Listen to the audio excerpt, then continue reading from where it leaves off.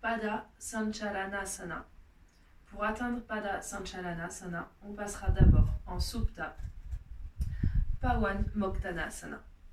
Posture au sol, allongé sur le dos.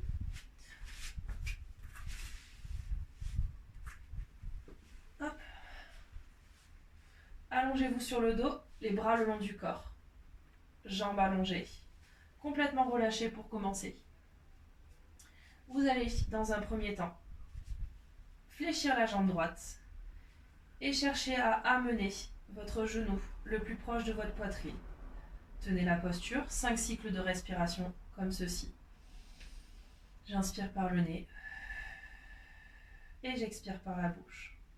Une fois les 5 cycles de respiration effectués, on va tirer légèrement le genou jusqu'à la poitrine et tenir 5 cycles de respiration également.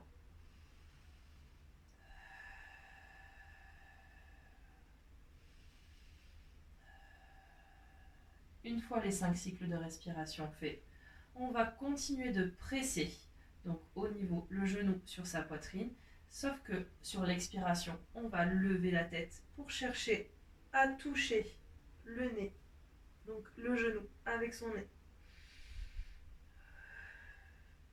On inspire, on expire, on fléchit. On inspire, on expire. On le fait 5 fois en dynamique. Une fois les 5 fois effectués, on inspire et on expire. On tient la posture.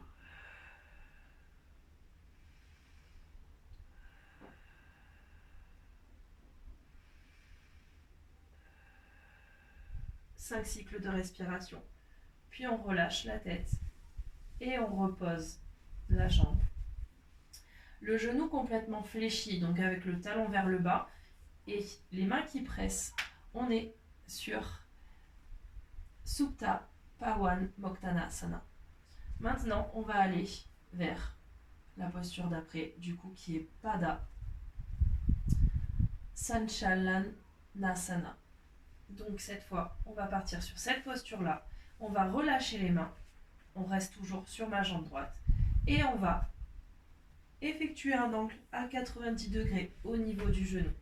Et on essaye de voir quelle est la posture de la cuisse en fonction du torse possible avec un angle à 90. Donc on peut le faire dans un premier temps sans les mains, 5 cycles de respiration. Dans un deuxième temps, avec la main qui presse au niveau de la cuisse, 5 cycles de respiration également. Puis avec la main au niveau du pied, si on y arrive. 5 cycles de respiration également.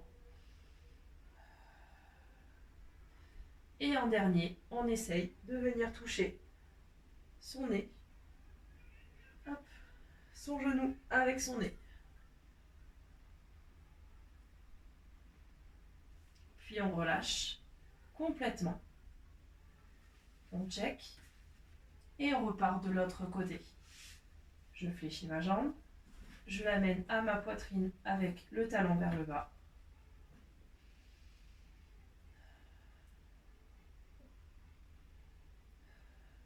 Cinq cycles de respiration. Puis je presse ma jambe. 5 cycles de respiration.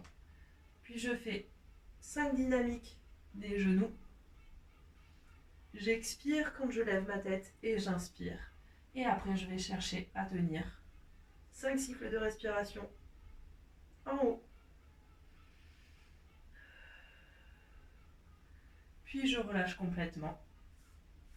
Bien entendu, vous pouvez utiliser une sangle, là aussi, si vous n'avez pas la capacité de réussir à porter votre genou avec une sangle qui passe à ce niveau-là.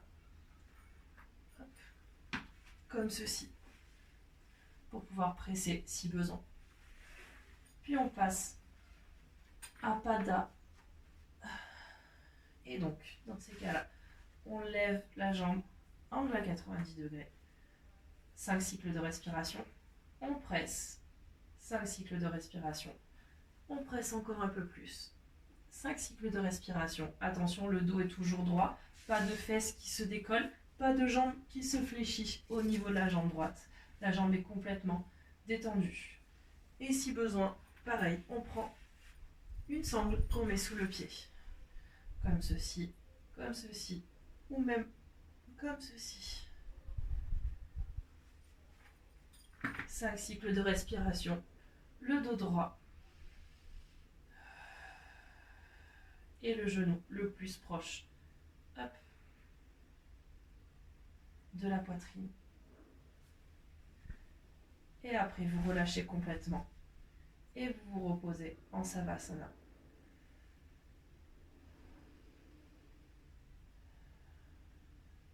Puis vous vous redressez